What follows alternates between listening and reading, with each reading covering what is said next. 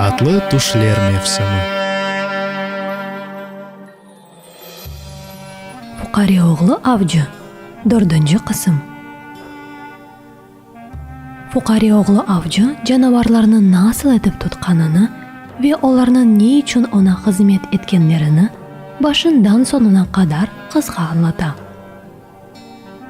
Сон шу күнү жанаварлардан калган эки кийикни кызыртып, ашайда яталар. Саба авжы кенеде авга кетти. Падиша тилки.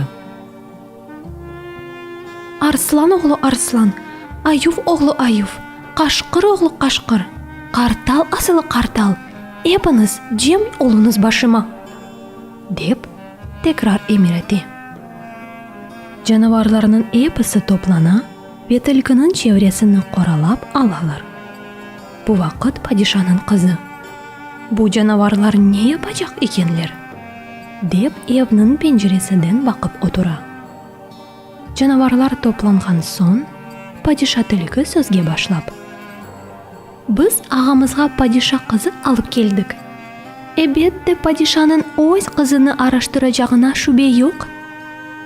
Эн яхшысы сен Картал. Қызның бабасы өз қызыны араштыру бойынша не кыбы чарелер қыдырғанını біліп, келмек керексін, дей.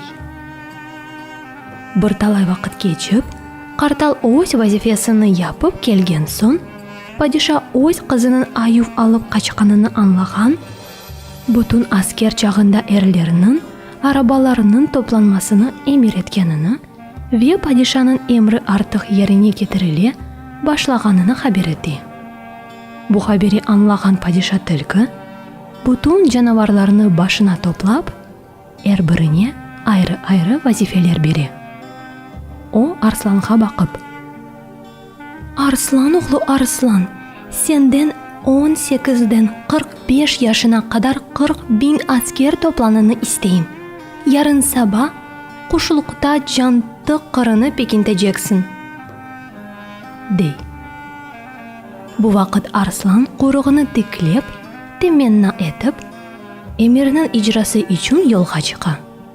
Пенжереден бақып турган падиша кызы, бу жанаварларда бір эсап бар, деп түшүнө. Падиша тилки Аювга бақып.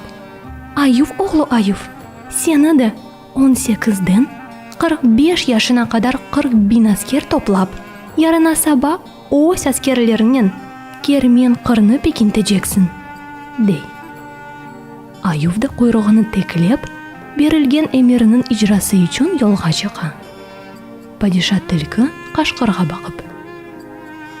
Кашкыр оғлу Кашкыр, сен де 18-ден 45 яшына кадар 40.000 аскер топланманы isteyim. Ярын саба курбан кою кырыны пекинтежексин, дей. О да теменна етіп, куйругуну теклеп, берилген эмирнин ижрасы үчүн жолга чыга. Карталга да.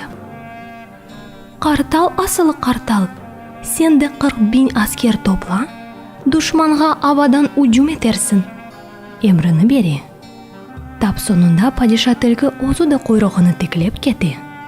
О өзүнө аскерлер жашайжак ерлерини азырламак вазифесini ала. Падиша кызы кенеде пенжереден бакып отура. Татлы түшлер мевсімі.